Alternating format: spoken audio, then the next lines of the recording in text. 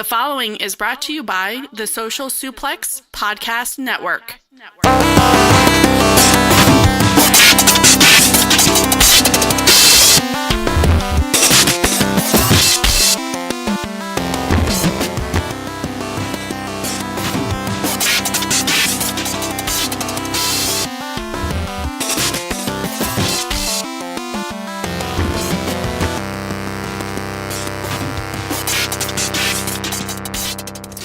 Welcome to Wilfred Watches Podcast, an American podcast about professional wrestling. Today, we are coming to you live on YouTube once again and recording for next release. Today, we have a couple of guests on board, which I'm very, very happy to have. They are the masters of the hashtag JSPL, Josh Stu Prediction League. They are Josh and Stu from Josh and Stu Wrestling Podcast. How's it going, guys? Hey, man. How you doing, man? Very well, thank you. I'm doing very well. Thank you very much for hanging out. Some quick hashtag markout mentions before we get into the episode today. To all the Patreon members who are supporting the show, thank you very much from the bottom of my heart. We have a great Patreon, lots of benefits, lots of shows, show with Luke, Omega Luke, early releases, early interviews, lots of really fun stuff. So check it out at patreon.com/WilfredWatches for more. Also, a quick congratulations to Amy at Phoenix NJPW for winning our Wrestle Kingdom 13 Pick'em contest that myself and Dan from at TNTF Podcast put on. Out of about 50 participants, Amy had only one incorrect answer for Wrestle Kingdom, so she is going to get some really cool swag. So big congrats to her. Josh and Stu, we have a Wrestle Kingdom that we're just coming over. We had New Year's Dash. I just on the surface, did you guys have lots of fun watching it? Was this everything that you thought it was going to be? Yeah. Okay, so I mean, we had some sort of some sort of expectation from last year. Yeah. So we were sort of expecting sort of like long matches, good quality wrestling and all that stuff. But yeah, I mean, I pretty much was everything we expected, really. I think so. Yeah, pretty much. I think as they were saying, I mean, this is our second ever Wrestle Kingdom, and they've been saying that this was one of the best cards they've had like in years, like all the way through. So obviously there was a lot of hype and expectation. I think we delivered for the most part. I think, yeah, really enjoyable show. I absolutely had a blast. There were some discussions about some of the matches being kind of short, but I did not really see that as a negative. I saw that as a positive. Last year's and the years before seemed like it went by quickly, but it lasted a lot longer. So having a shorter event was totally fine by me. The only minor critique I would say is that the Jay White Okada match could have lasted a few more minutes, but that's a very, very small critique. Watching some of these matches on the replay, which I got a chance to do yesterday and this morning, it was fantastic. These matches were told very, very well. I think some of the hype watching it very early in the morning could you might be caught in the moment. So I would suggest, if you have the chance and you're listening to this, to rewatch some of the matches that you might have a second opinion on them, because it was really, really told well. But enough of that. We're gonna get into the very first match, and this was an absolute belter of a match, a dream match. And it's Kota Ibushi, the never openweight champion, taking on Will Ospreay, the aerial assassin. And spoiler alert, he is one half of the Progress Tag Team Champions now, too. Swords of Sussex with Paul Robinson. So yeah, whatever you know about contracts are private. We don't know the real truth behind people's contracts because we have a dual Progress and IWGP champion right now. So, Will Ospreay wins, beating Ibushi in 18 minutes. What were some of your reactions watching this match, Josh and Stu?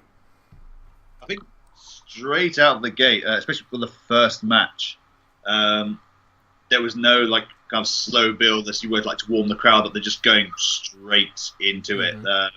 They tend to hit their finishers, dives to the outside. The counters were really impressive. Like, yeah, we just like the constant like they're trying to kick. So he countered it, and then he tried to hit like their like finishing moves, like power bombs, but they countered it again and again. Yeah, we just how fast paced, and every time they ended that sequence, I had smile. Yeah, it's like everything, especially when this match was announced. I think because everyone was sort of expecting with the build up to it because Ospreay got injured. So it was, I think, the story of either like Taichi or Goto. And then obviously when Kota Ibushi came into the picture, then that became the possibility of Ospreay and Ibushi, and everyone got really excited for that, myself included. Ever since getting up, obviously I knew of Will Ospreay before New Japan, but I fell in love, especially with Kota Ibushi, when I started watching New Japan, and learning the story of the Golden Lovers, and then how he was booked for the G1. I think every time I've seen him, he's not had a bad match, and exactly the same for Will Ospreay as well. Yeah. So yeah, a lot of expectations going in, and yeah, it just spots to spots. There's moments you would expect. As Stuart said before, you got your counters, you've got your step up inseguris, you've got your moonsaults, and your counters of moonsaults, including that dive to the outside and then catching him right in the chest. Some really lovely stuff.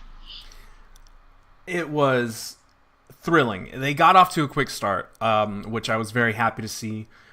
This is a match that I think both of these guys and most of the fans were waiting and dying to see finally, and this was the perfect stage.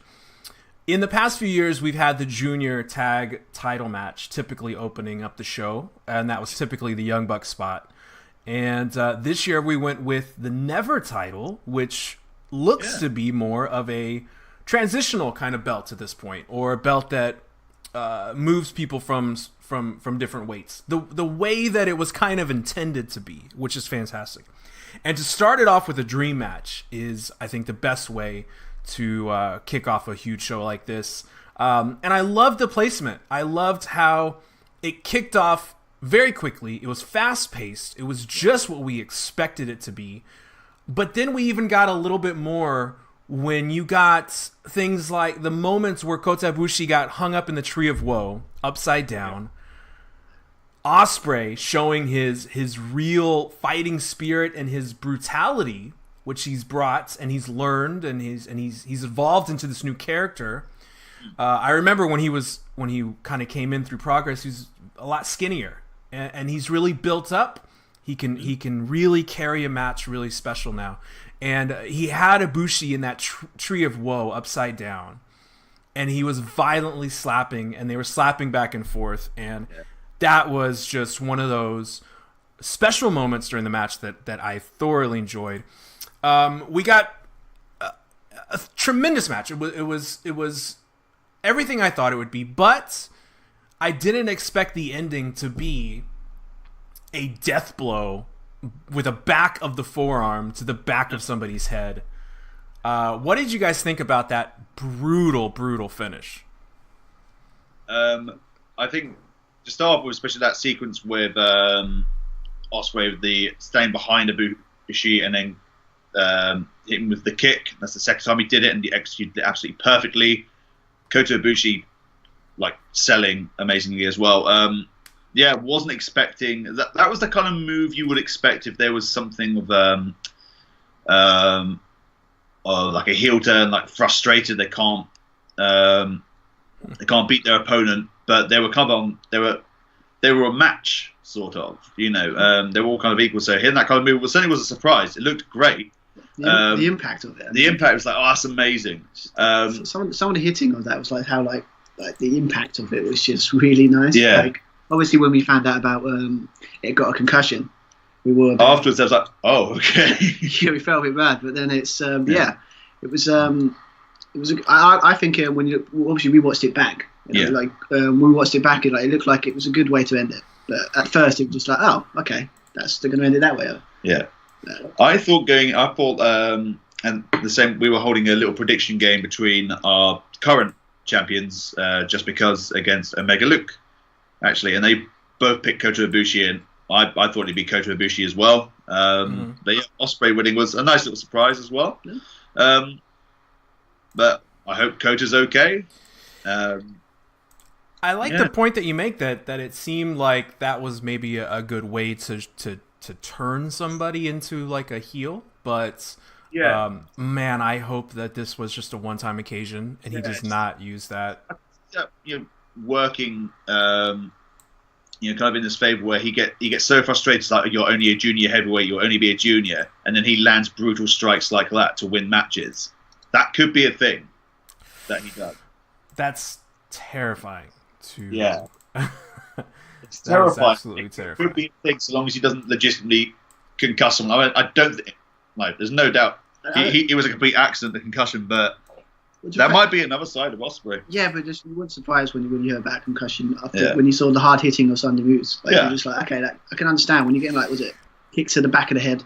Yeah. Pile drivers. Yeah, on the back of your neck. It's just like some of their moves were just look great, but did make you cringe. Like, oh god, hope they're not hurt. But yeah, it was unusual to see Kota Ibushi bleeding. It was unusual to see him obviously leave the way he did. He's kind of this strange Terminator-like guy who never ages. And he at one point in his career, not too long ago, he was throwing fireworks against his own chest on top of a car. He's fighting guys in a circus theme park, a roller coaster area, fighting people in rooms. But this was an ugly scene. I was really sad to see him kind of just dead weight. And since I never see the stretcher, I kind of thought that it was a work. So we'll see what happens. But the next match was the junior tag match, which we just said typically would open the event. So this one was Los Ingobernables, Bushi and Shingo, challenging Suzuki-gun, Kanemaru and Desperado, who were the champions essentially all year, completely underrated in my opinion.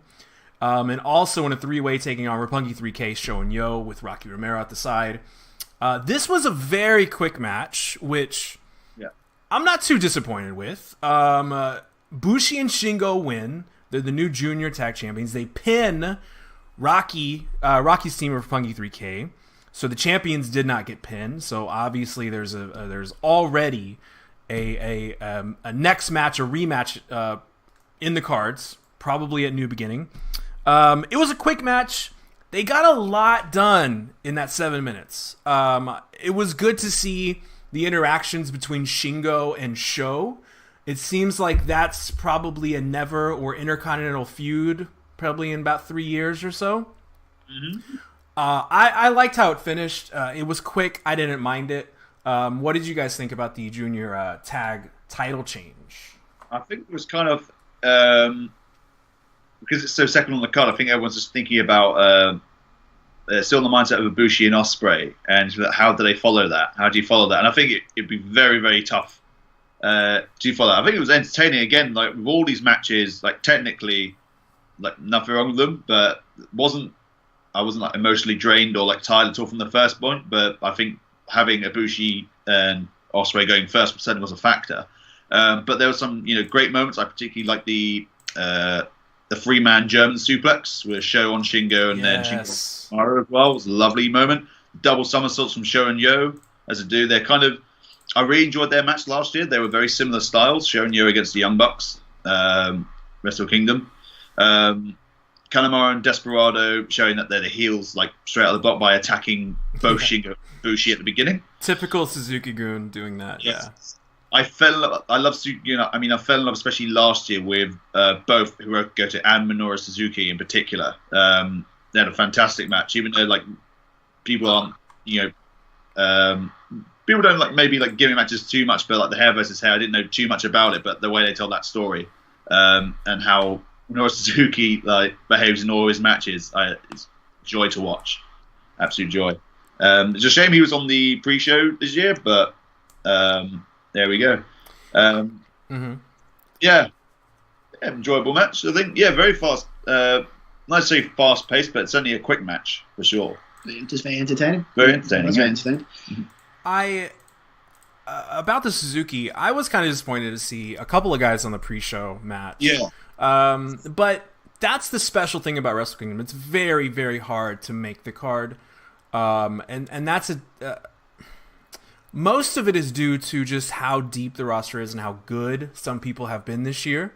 And some of it is just there's not enough room, and they're not just gonna obviously do the Rumble every time, because we got to switch up to the 6-man gauntlet this year. So with the news that we saw just before it went on air, we actually got word that they're going to have a 2-day event next year on the 4th and 5th. Now, there's not really too many details as far as if it's going to be a 2-day Wrestle Kingdom.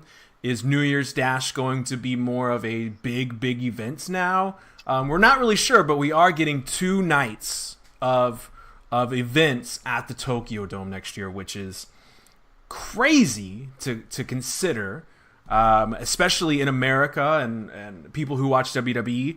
We've never really seen a WrestleMania that we never even really conceived a WrestleMania going, 2 days. But I think with the success of NXT running, Saturday nights and Friday nights the day before, I think they might be seeing that and say, well, we can do that. What do you guys think about having 2, essentially, WrestleManias back to back? I don't know. It would be. Again, it's another one of those things. It's a lot of wrestling.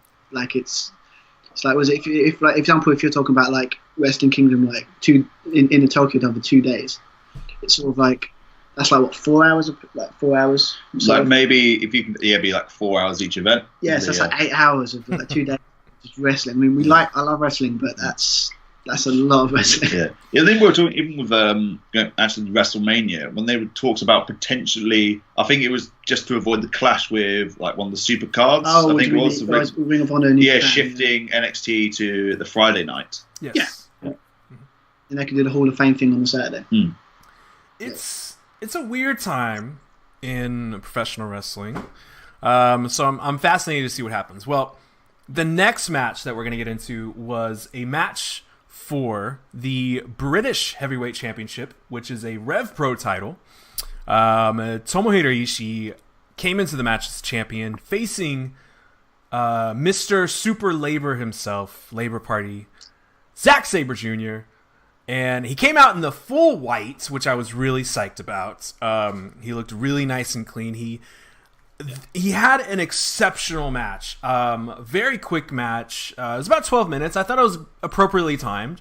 A little quick, but not that bad. I was happy with it. Zack Sabre Jr. defeated Ishii with a move called, and sit down for this one if you're listening. Is it? It wasn't Orienteering Napalm Death, was it? It was not. He's titled it a little differently. What was it? And it goes like this. Hurrah! Another year. Surely this one will be better than the last. The inexorable march of progress will lead us all to happiness. What is that from? Well, I know he really fancies the Mighty Boosh and other shows. Well, that's how he got the Napalm Death name. Yes. So interesting title of a move. He's obviously having a laugh, which is hilarious. But it was a brutal match. It was a fantastic clash of a big, strong refrigerator versus a linky Labor Party technical wizard. I had lots of fun. I absolutely loved the match on the rewatch. I think it was perfect. It was a perfect match. Perfect timing, perfect styles, and a great way to end it. And just think about this. Zack Sabre Jr. is now the British Heavyweight Champion in Rev Pro, and he's got a match coming up with Pac, which sounds mighty, mighty tasty at this point. What did you guys think about the match? Yeah, it's everything I expected. I expected the clash of styles. I think if people watching this and not seen it before, they just assume, how is this lanky guy pinning down this this monster, this hard hitter. But if you know Zack Sabre Jr., especially for the last year, if you look at his showing, particularly in the New Japan Cup, the tapping out the likes of Naito, Sanada, and Tanahashi in one tournament, and then almost beating Okada, and having a very good showing in the G1 as well. So it just showed he can. Doesn't matter how big you are, it's all about that technical skill. And it definitely came across that in that match. Yeah, it's how many times she was hitting what was it the armbar, the arm bars. What was it? Was it the bit when he put the old Brock Lesnar thing? The Kimura. Yeah, and all that kind of stuff. He was just doing everything he can to what you do with a guy that's big and tall. You just try and take out his legs, take out his arms, all that kind of stuff. Yeah. So if you put it at a story perspective, in a sense in the ring, it was done. But I was pretty happy with it. It was really good, I thought. So, what would you guys say to those who may not be fans of Zack Sabre Jr. because he wrestles very, very differently, very traditional British kind of style, joint manipulation, and a lot of people either love him or hate him. What would you say to that opinion? Because I'm crazy. I love it. I think it's difficult to hate him. To us, I don't see why people hate him. Maybe it's because he's not most conventional because of his, he doesn't do super kicks, he doesn't do moonsaults and stuff. I think that's what people expect. Obviously, but it's the style. That's just how he works. But he does it to perfection. Yeah, and he does it to perfection. It's so dynamic. He's always, even if it looks like he's made a mistake, he always constantly adapts to how someone's moving.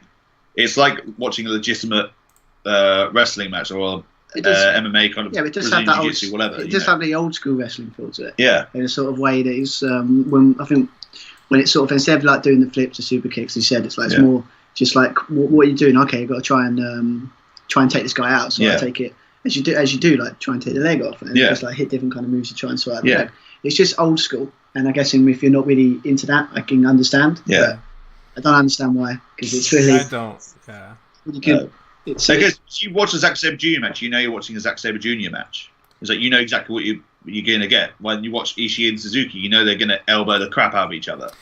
And that's really high praise to Zack Sabre Jr. That it's his style of match. When you talk about him, it was a very, very good match. I would highly suggest people to rewatch some of these matches because I think it shines light on how good some of these matches are. If maybe at first you didn't really know what was happening because it was just so quick, it might have been your first time watching, it was exceptional. The next match is the Heavyweight Tag Championships, which is Gorillas of Destiny, Tama Tonga and Tangaloa, defending against Los Ingobernables de Japón, Sanada and Evil, and the Young Bucks. Many people thought that the Young Bucks weren't really worthy of being in the match. They kind of shrugged as to why they were in it. I think that their long, lengthy career kind of gave them that spot. They deserved a send-off. Sanada and Evil won the World Tag League, obviously deserving. And Tama Tonga and Tangaloa have some new music that we got to hear. Very, very good music. I actually liked it. And some new gear as well. New gear. Yeah. Very cool masks going on.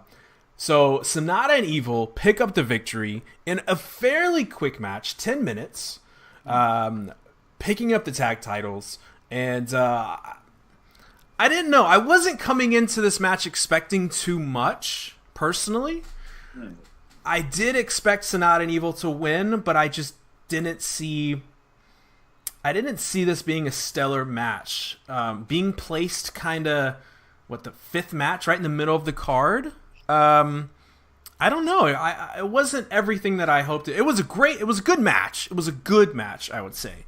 Lots of fun interactions. Evil doing the long running clothesline from the ramp. Some great moves between the three teams. What did you guys think about it? I actually had the opinion that I thought the Gorillas of Destiny were going to win the match, and then they'd establish Bullet Club as that being that much more dominant faction. Obviously, they have done it later on in the card with Ishimori and Jay White. I think it was the shortest. Was it the shortest match on the card? I think it was. 10 minutes. It was the second or third longest match, but it was pretty short for a heavyweight tag title match. Yes. I don't know. It kind of, we were discussing about it earlier. It kind of reeked of, not in a bad way. How WWE have you got your three best heavyweight tag teams, the Usos, New Day, and the Bar. So I don't know. I was certainly with this match. I was certainly expecting a bit more. I understood the obviously the whole bad luck Fale, getting involved. As you would do. I mean, they just spent the entire G1 just ruining the whole thing. Yeah, exactly. Don't remind me of that. Yeah, which is great, but also, it's the G1, it's a prestigious tournament, and you're having a really good match. And then they go ahead and ruin it. Is that the winner of the tag, usually the word tag league, usually win it. Usually, when they win it, obviously they get an opportunity for the title. I think, didn't they win? They normally do win the titles, normally. I'm not too sure about that, I don't know the record or anything like that, but that's typically a case that does change hands. It's not unheard of, which was like the main event, the G1 Climax winner has never won it. So that was a little different this year. But as far as the World Tag League trophies, that's not totally uncommon. But yeah, you had a good point. So I feel like it was kind of lacking a little bit. I don't know if maybe it was because of the inclusion of 3 teams, but I enjoyed it. It was good, but I kind of hand-waved this match a little bit. I'm more excited to see what tag teams are going to be in contention for this new year, and hopefully we see some new tag teams in the mix. With the Young Bucks departing, of course, which is for sure, and it's like you said about the about Bullet Club, it looked like they were going to really have a huge night. Yeah. But it started to turn at this time of the match, at this time of the card. It seemed to really shift to a Los Ingobernables swipe, clean sweep, and it was like, wow, they're going to be taking all the belts this evening, and that's when I started to think about that. And yeah, Bullet Club got some key victories, but Los Ingobernables stole the night, took all the belts that they could. And I think that's a story that we're not really talking enough about, because Jay White's really got everybody's attention. Tanahashi, Kenny. So interesting to see where that takes us. But for the next match, we had Cody Rhodes defending his U.S. title against Juice Robinson, a title that I don't think anybody ever wanted to see Cody hold. I didn't really care for this title run one bit. We did a prediction contest, and I think only about 3 people picked Cody to win. So nobody really, this. So this match was okay. When I saw the build up with Brandy Rhodes being involved, saying that you're not going to hit me, you can't hit a woman or something like that, I immediately knew, it's going to be one of those matches where it's going to be a lot of outside interference. And I was kind of bummed about it, but it wasn't a terrible match. I'm surprised. Including this match and the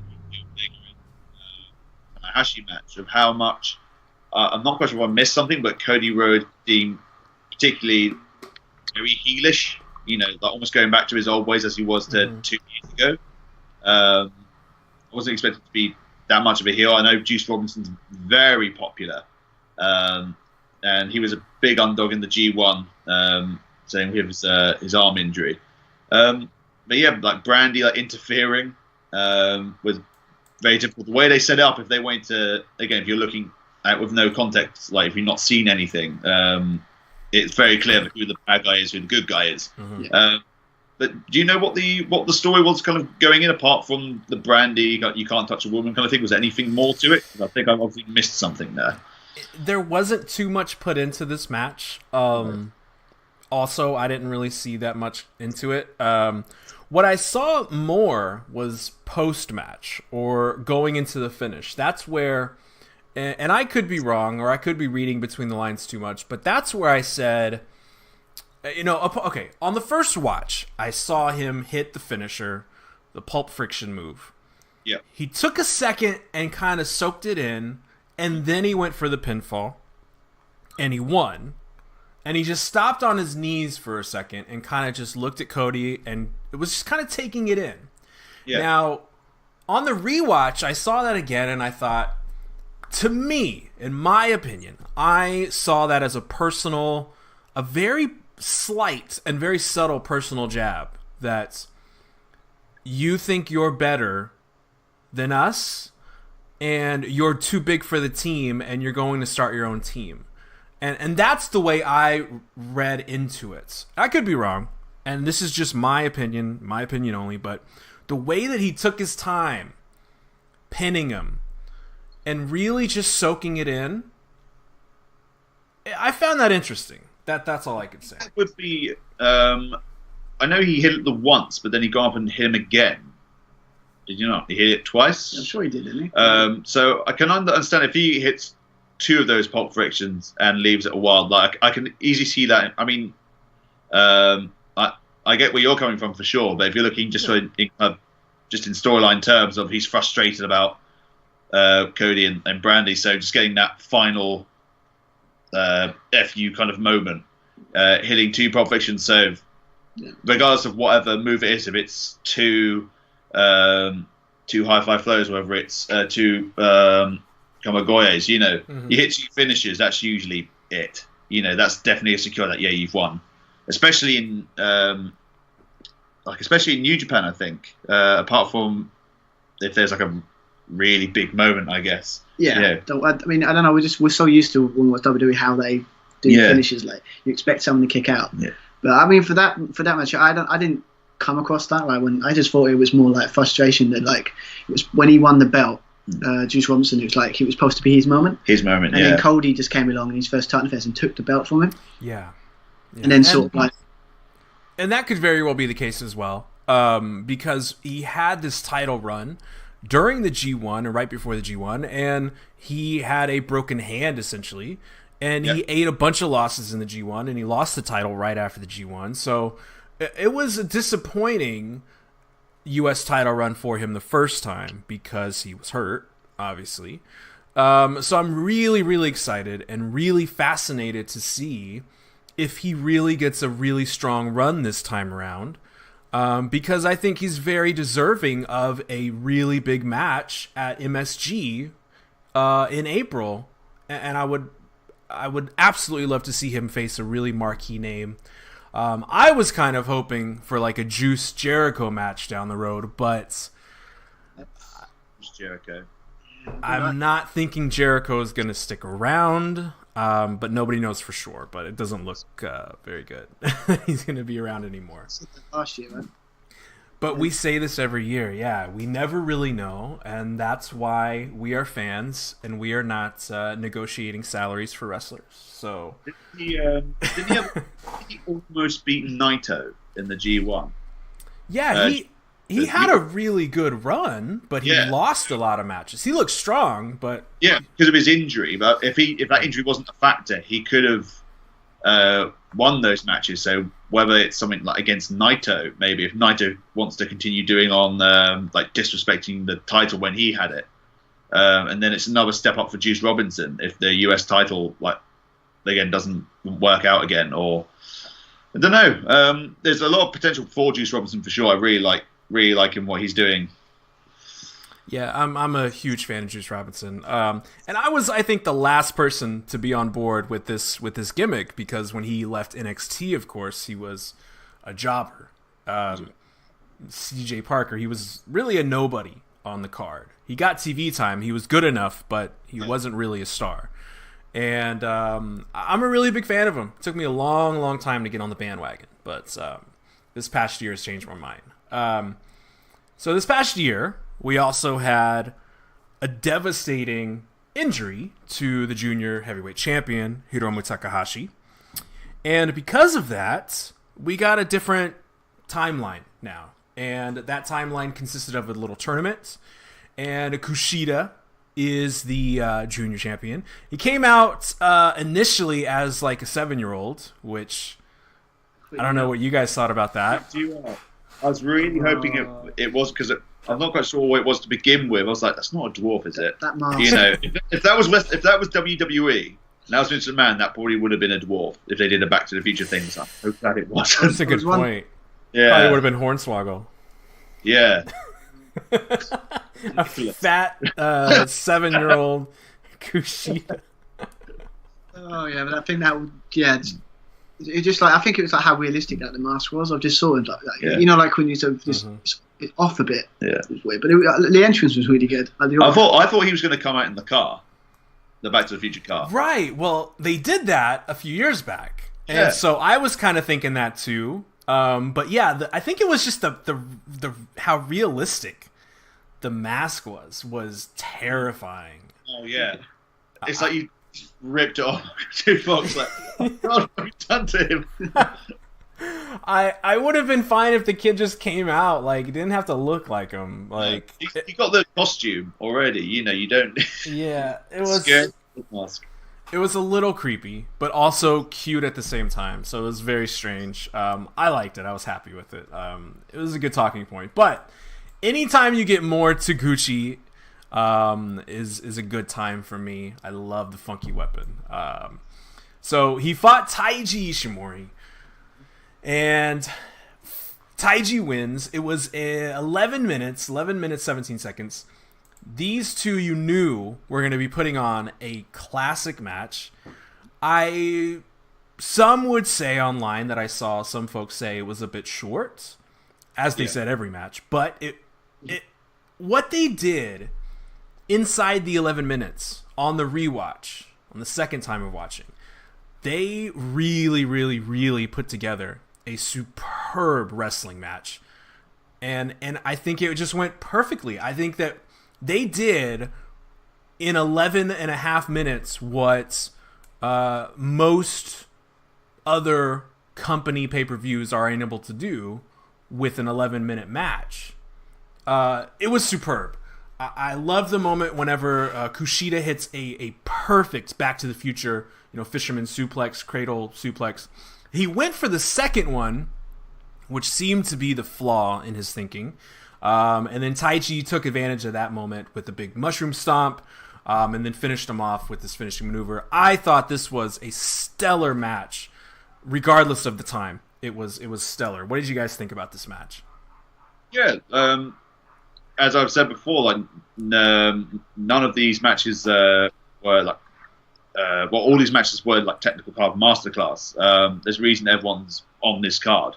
For me, like the kind of it's probably the match I don't remember the most, apart from that and maybe the junior tag belts. Yeah. I think maybe it's because of how short it was, I guess. And it did kind of end. I don't know what it kind of ended sort of abruptly, like for me, I think. But there were some really good moments.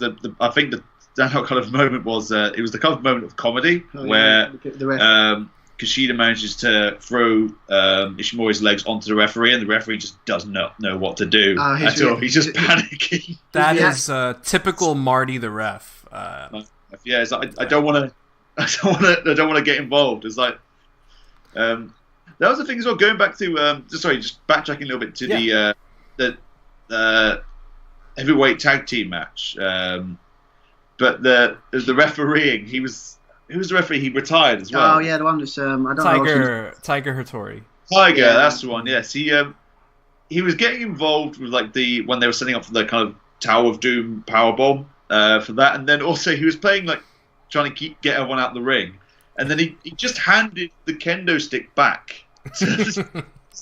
No.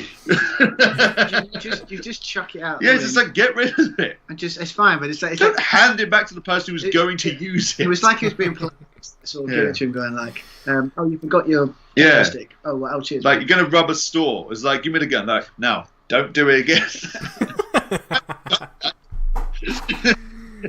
Yeah, but he's retired now, so we'll let him. It's fine. That's not why he retired. It's like, who gives the kendo stick back? Oh anyway. Wow. Yeah, Tiger Hattori. his final Tokyo Dome match, Tokyo Dome card. A legendary referee. It's obviously past his time. He and Marty, who was in the junior match, Marty is always a clueless guy. So nothing new for me to see Marty really just screw everything up. He's definitely that type of referee. And something I forgot to mention, during the Rev Pro heavyweight title match, I saw a familiar referee, referee Roberts from Progress and Rev Pro, and he's getting to ref at the Tokyo Dome. So that was very, very cool to see a Brit Res referee doing a match. And then the next night, today, at New Year's Dash, refereeing at Corkin Hall, which is a very cool moment. So, not sure if you guys watch a lot of British wrestling while you're over there. Do you watch a lot of Progress or Defiance? Or We should watch it, but it's like anything. Obviously, in Progress, you have to like sign up for it. Like, it's like you can't sign up to like everything. Yeah. But Progress, I think I follow. On our Instagram, we do follow him. So it's sort of we're kind of in the loop. Yeah, you're in the loop. Okay. Now, someone who has been out of the loop lately has been Kazuchika Okada. He is been playing with balloons lately. He's lost his bestie. He's had a terrible second half of the season, of the year. And he took on his nemesis, Jay White. Switchblade Jay White is a knife pervert. He is a Kiwi. He steals best friends. He kills factions, and he also revives factions. And he nearly won the G1 block. What did you guys think about this match? I loved it. Yeah, I think in terms of technicality, it's one of the better matches. I think in terms of there was like no fault in this match at all. And the story, I know the story. The story again with Jay White is that side, that kind of like sadistic kind of side to him where he joined Chaos, just to kind of better himself, but he openly said like, "I'll just turn on you." And everyone, that was around Wrestle Kingdom last year. Mm-hmm. I'll just turn on you, like just. It's like that's such a sadistic thing to do. It's like one day he will do, and it's like, have they just completely forgotten about that? But obviously, how can you trust a guy that you exactly? It's like, you can't. It's like he's going to betray you. It's like no, we'll get you out of the faction now. But yeah, and then the story of Gato betraying Okada was a big deal. Yeah, it was one of the stories which had one of the longer bookings being obviously one of the main events as well. So it needed that. Yeah. I was looking forward to this. This one was one of the matches I was looking forward to because it was just they built it. Was it Power Struggle? It's like that bit with the tag team match, and then obviously the whole bit where they fought each other. Yeah. And all that stuff, and then it's sort of like the way that it was kind of sort of got like the upper hand, and Jay White was just like sort of like typical heel like bad guy, just walks off saying, "I'll fight you another time." Another time. And I don't know. It's just a simple. It was just a good like. I was invested a bit more in this one because it's just a simple story of a guy betraying you and wants revenge. It was a very special moment as Okada came out with his his shorts on. That was genuinely one of the loudest moments of the night. Yeah. Okay, so here's the thing with Jay. My 2 cents on Jay White is that a lot of people, most people online will see Jay White and say he's kind of getting rushed. He's getting pushed into a spot very quickly. Yeah. And I would disagree with that because his first match back was with Tanahashi last year for the Intercontinental title. Yeah. So we got an instant notice. I took it as an instant notice that this guy is for real. Gato sees huge things for Jay White. And we saw that play out throughout the year. He destroyed a faction. He revived a faction. He's got the two biggest names, Tanahashi and Okada, teaming up together to try to defeat him. He's taken Gato away from Okada. He nearly won his block A in the G1 Climax, which is a tremendous accomplishment that he almost won. He's now beaten Okada at Wrestle Kingdom. So I think personally he's being undersold by a lot of the fans. I think that it doesn't matter how old he is. He's that good. And he may not be Seth Rollins in the ring with the technical ability, but I think he shouldn't be as the type of character he is. He likes to get it dirty. He likes to go outside, get into the action. He likes to make it dirty. That doesn't take away that he's a great wrestler. And I think that he's deserving of his place in contention for the heavyweight title. He's not, in my eyes, going to win the title at New Beginning or even MSG, but he's definitely in contention. You don't put somebody over Okada at Wrestle Kingdom. Clean as well. Clean. Okada's only 29 or 30, and this guy is 26, came up through the dojo. Jay White is the real deal, man, and I think a lot of people are not they're not up with it yet, and they should really realize that this guy's gonna be heavyweight contender for a while. Yeah. Now it's been established now as like now you have beaten Okada, like he's certainly up there. Obviously now leader of the Bullet Club as well. So you don't get a leader, become the leader of like one of the most known factions, and then then going to do something. And then lose, Yeah, it's just Jay, I don't want. You can't be that surprised because I don't remember like when he debuted. Yeah, he was always put up as his big deal. Mm-hmm.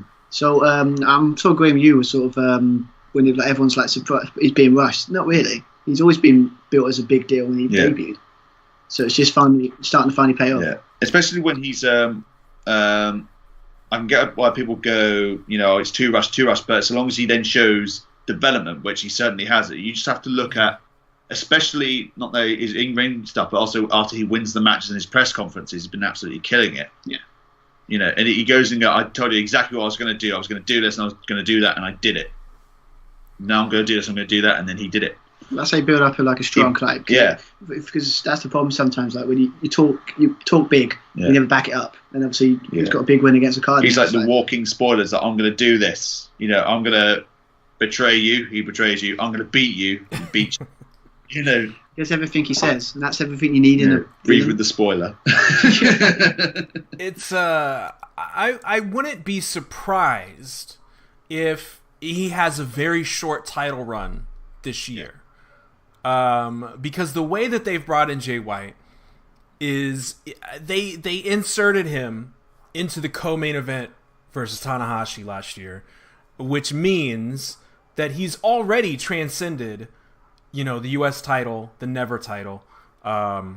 He did have a short U.S. title run, but he beat Kenny, so that's huge. And I just think that he's a lot higher on their levels of importance than people realize. And I think that 2019 is he's gonna be very dominant. Could be a G1 Climax winner, maybe the youngest. I don't know what the history is, but he's definitely somebody I would not bet against. Would you be surprised if they had two also non-Japanese wrestlers in the final of the G1? Has that ever happened? I don't know about the history. I'm really not up to the history. I've been watching for about 5 to 7 years, I think. Yeah. So there are a lot of other people that are much better with history. So I don't know, but I do know that I think Kenny was the first, I want to say, to win the G1 being non-Japanese. Yeah. Being a Gaijin. So I don't know. Who else would you put in that G1 final with Jay White? If there are two finalists. Who would I put in there? You can always drag this, put like a story for this. You can always put in Okada again if you wanted. Naito's up there. I'd like to see Jericho in the G1. But that might. I don't know if that's like his schedule. But it gets scheduled, but that would be great. Yeah. Jericho in the G1. But then again, it's like I need to be in the G1. I'm the best in the world. I shouldn't have to have all these matches. We talk about his character, but when it comes to his schedule, I just don't think No. he could be doing that kind of like level, like that kind of like continuation. Unless he just won the G1 and then doesn't appear until Wrestle Kingdom. Just with his briefcase but doesn't defend it. Yeah, I don't think that... Yeah. I personally, I don't know him obviously, but I don't think, from my vantage point as a fan, that he could really hack 30 days worth of stellar matches and getting beat up every day, literally every day. A few years ago, maybe, but maybe. Yeah, he's exceptional, but there is age is really battling him. So I think he can have 5 to 10 good matches a year at this point, but not a G1, I don't think. But it would be hilarious, maybe if we. But, going back to who would I put in the final? Jay White. Has he yet? I don't think he has had like a one-on-one match with Naito. So maybe that might be an option. That might be a fresh matchup we've not seen.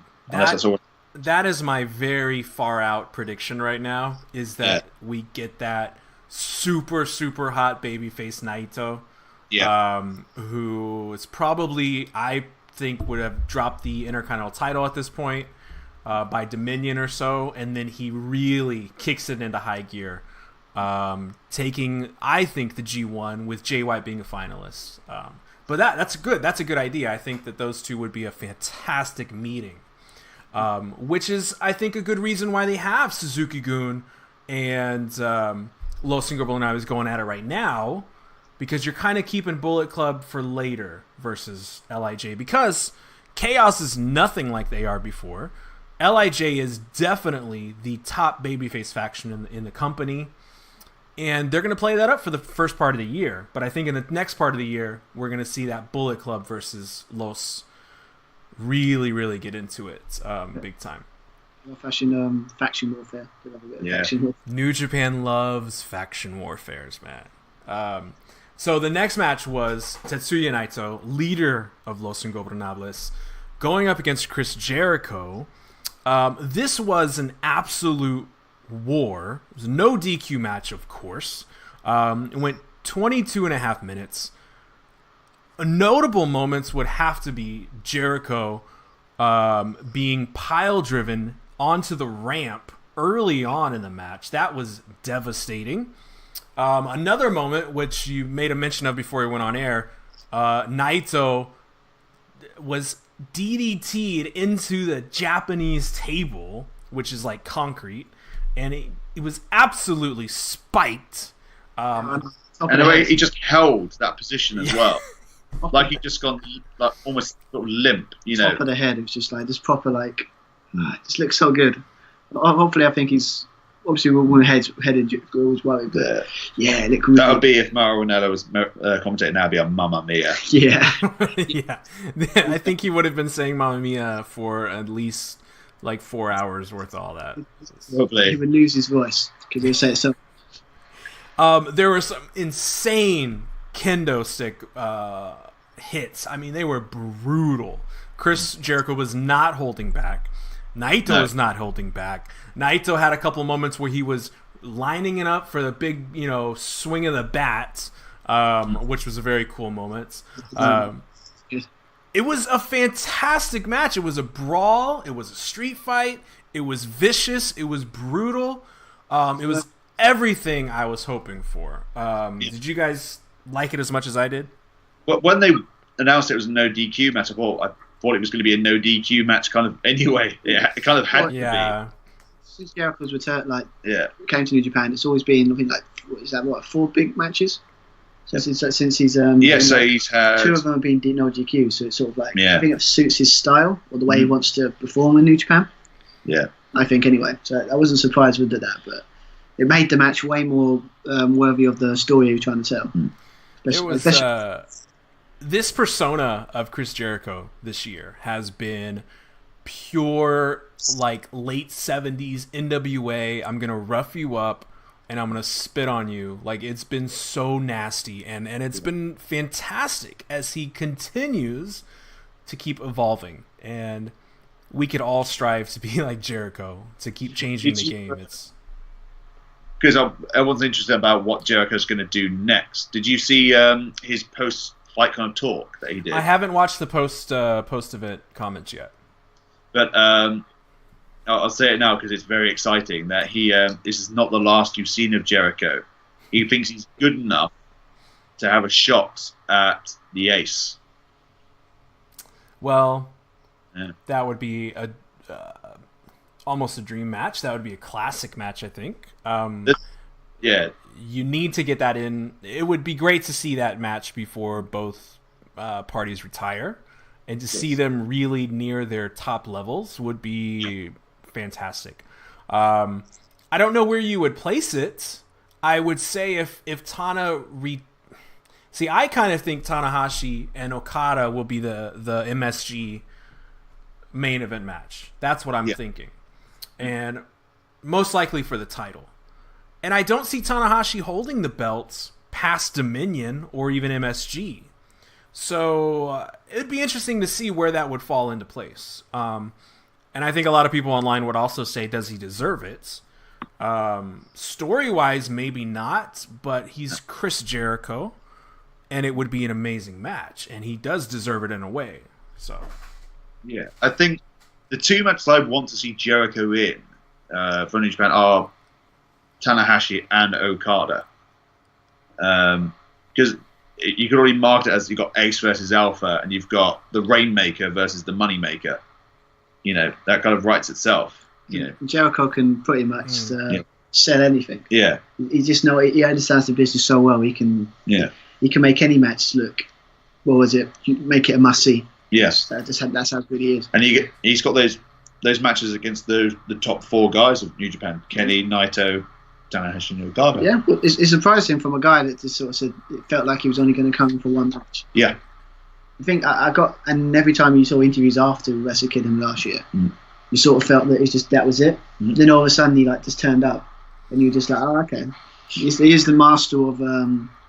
Subversion, like just when you think you know what's going on. Yeah. Every time he says something, you have to believe the opposites. So it's.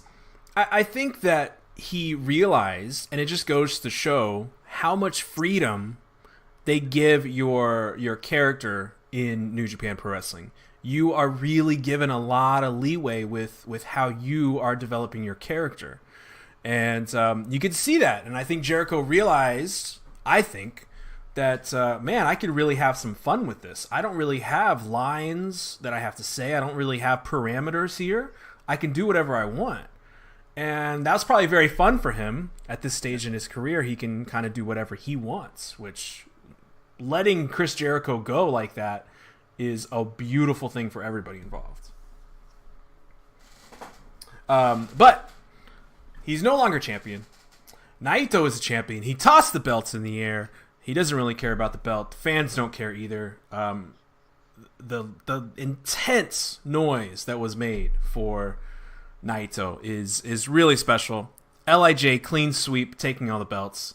And then we get into the next match. The main event of the Tokyo Dome, Wrestle Kingdom 13.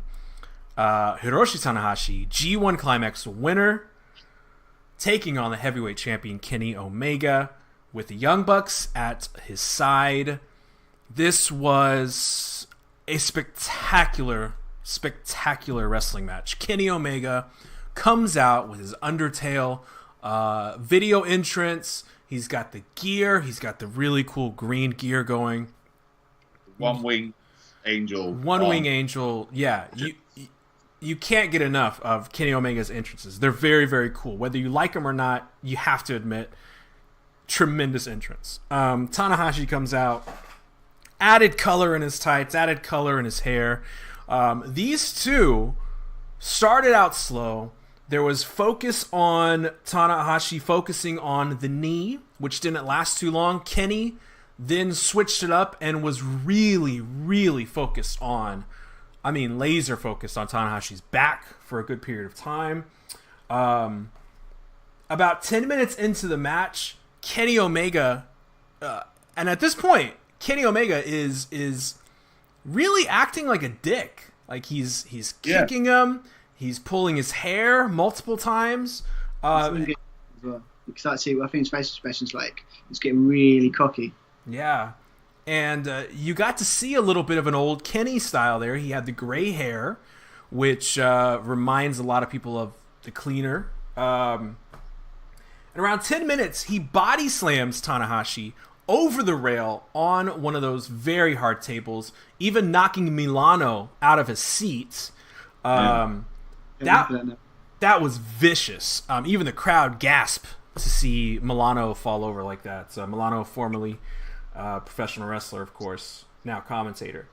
They get back into it. Kenny continues to be just a dick. He's messing with us. He's pretending to be face. He's really being a dick. It's back and forth around 15 minutes or so. After Kenny goes for a huge Topa Suicida over the top and misses, he flies about 8 feet away from and lands right on the ramp. Really, really pivotal moment because Tanahashi gets back into it around the 13, 15-minute points.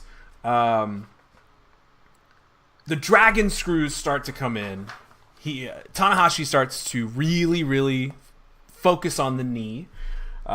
We see a Styles clash around 20 minutes, which was a very cool moment. He, of course, really respects AJ Styles. Nicely teased as well. He had it in a position like, shall I, shan't I? Yeah. He really ate it up, man.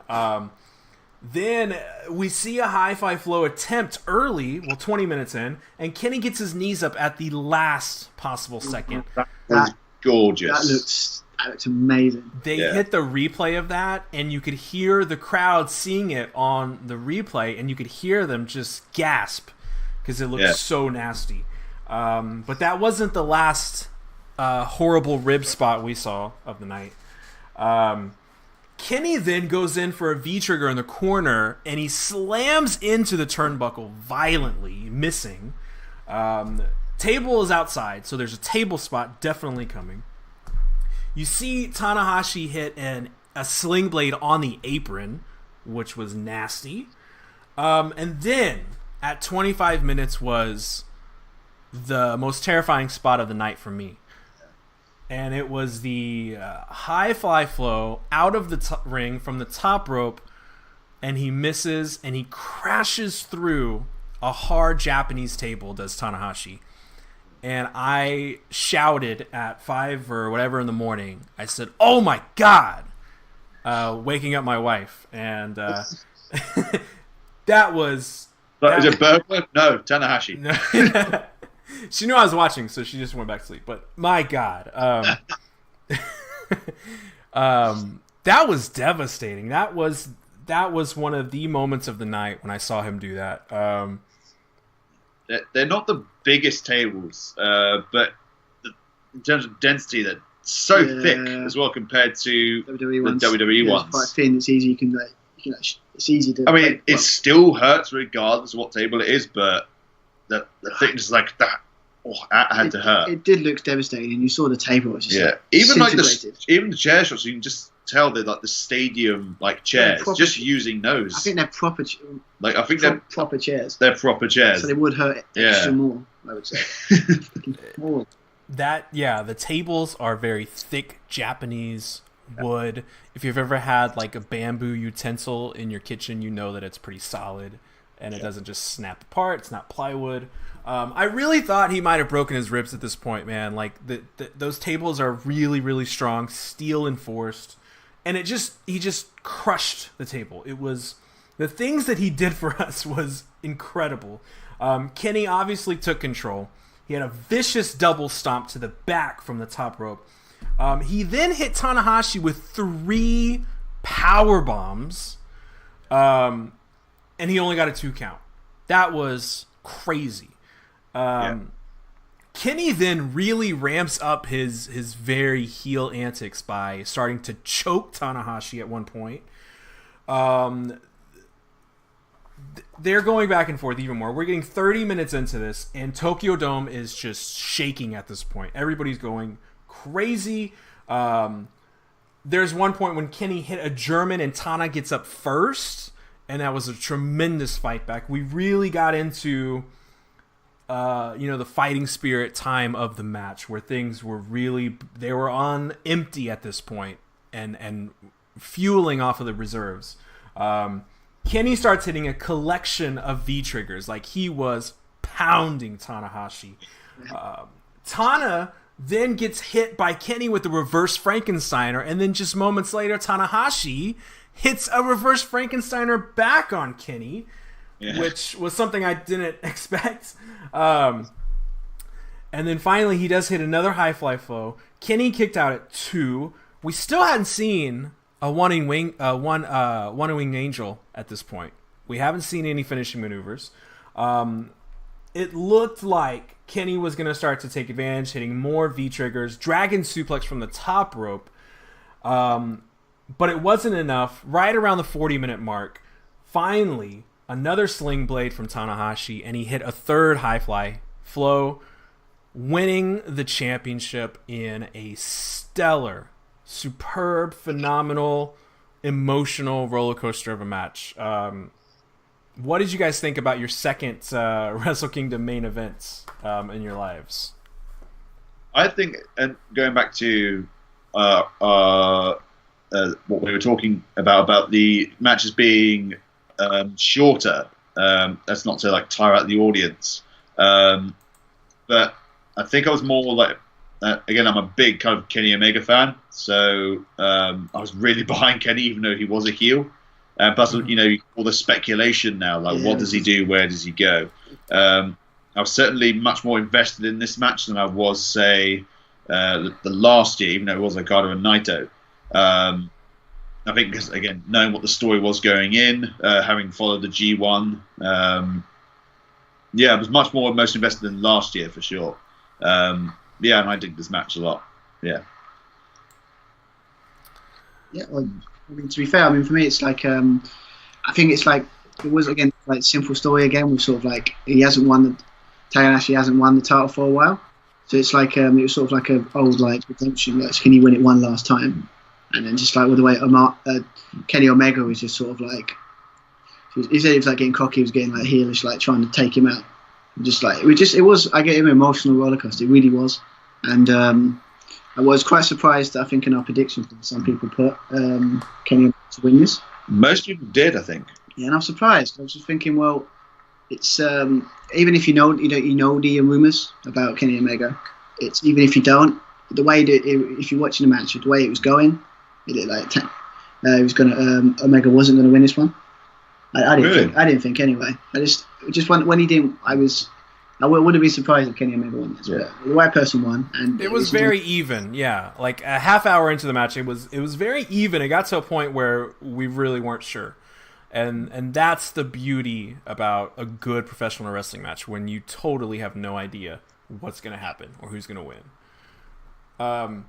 Interesting, New Year's Dash happened earlier this morning. And there was no elite people anywhere, so that could be taken as a sign, or it could be taken as a sign that they're either leaving or they still have negotiations to take care of in the next couple days. So who knows? Nobody knows for sure. Find out on Tuesday, isn't it? The press conference or something? Right, they're doing a press conference for All Elite Wrestling. But just remember, guys, if you're listening to this, you are not in the room with the contract negotiations. You're not Dave Meltzer. Dave Meltzer is not in the room. So take everything you read this next couple of days with a grain of salt, because you really don't know. That's the fun in it. But Josh and Stu, thank you very much for hanging out with me. Tell us what you have coming up. Tell us about your prediction league, where we can find you, all that good jazz. So, our next round for the prediction games for fellow wrestling podcasts. If you want to get involved, just drop us a tweet, drop us a DM. So you want to get involved, we will send you all the info. We have our first prediction game of the year, Royal Rumble, and we've got a big a league for all the point systems through, which will be running from, what was the first event? It was after SummerSlam, wasn't it? We first originally started 2 years ago at last SummerSlam, which led on to WrestleMania, and then we started. I think it was Backlash. Was Backlash was the first one? I think it was. You might have been, because I think Might we've have done been it Backlash, straight. yeah. And then going straight through to WrestleMania. So whoever's top of the league enters into a WrestleMania Championship game. And then we've got other types of qualifications. So we've even got 2 Rumble spots. But the league will be like changing hand. League positions will be changing hands. So if you're in the top 30, you get the entrance spot. So if you're the first ranked, you'll be entrant number 30. If you're ranked second, Okay. yeah. But they'll be constantly changing throughout the night, so you won't know until after the show happens, because we don't want people to. Well, I don't particularly want I want to watch the Royal Rumble, but not have to worry about like when we are in the prediction league. Just want to enjoy this Royal Rumble. Because we hopefully, because normally when it comes to like the big like WrestleMania, Yeah. Royal Rumble, we usually go to this place when we're in Brighton, where we live, called the Walkabout, and it's just basically like a bar where like you get tickets and you basically watch like wrestling with other people. Nice. And That's hosted by Hooked On Events as well. Good. Yeah, good. We've gone there for like the last 2 years now. yeah, been And great. it's been awesome, and it's just like when it comes to the prediction, we don't really want to be like, No. not really want to be seeing Josh on his phone sitting there like totting everything. It's like I'd quite like to enjoy everything. But yeah, so we've got a press conference coming up because we have a number of titles. We have our main title, GSPL title. We have a streak title as well. We're also going to be introducing a tag tournament title as well, which Wilfred is involved in with Last Blogger Standing. Yeah. We are also involved in with Retro Wrestling. There are various other teams as well, including Omega Luke and Royally Rumbled. Just because an Irish Whip, there's the Irish Mob, just to name a few. Yeah. So there's going to be a tournament or league, depending on how many numbers we get. So we'll work through that. There's like you can join absolutely any time. And if you look at the league table and think, oh, we're going to catch up, that's absolutely fine, because after WrestleMania, everything is reset. Yeah, so it's like it's one of those things where you just like you can basically join at any time. Yeah, of course. And it's just said if you want to join us, you can obviously do Twitter, Twitter, and also you can email us on our Gmail as well if you want to. Yeah, so Twitter handles Josh and Stu Pod, and our Gmail is joshandstewpodcast@gmail.com. Fantastic. And like I said at the beginning, I'm still getting used to having a YouTube and having the presentation. My buddy Omega Luke is really killing it on his YouTube page with the graphics lately and the interviews. He's killing it, so I'm trying to catch up to him. So forgive me for not having your names under your video today. I totally forgot to do that, so I threw up your Twitter handle above the screen. So if you're watching this, yes, he's looking right at it. Fantastic. You can follow Josh and Stu. Very cool podcast. Please listen to it. They have really cool press conferences whenever they have the competitions, which is a fascinating thing to hear podcasters throw a promo down. And hopefully myself and Last Blogger Standing will get to do something like that in the future.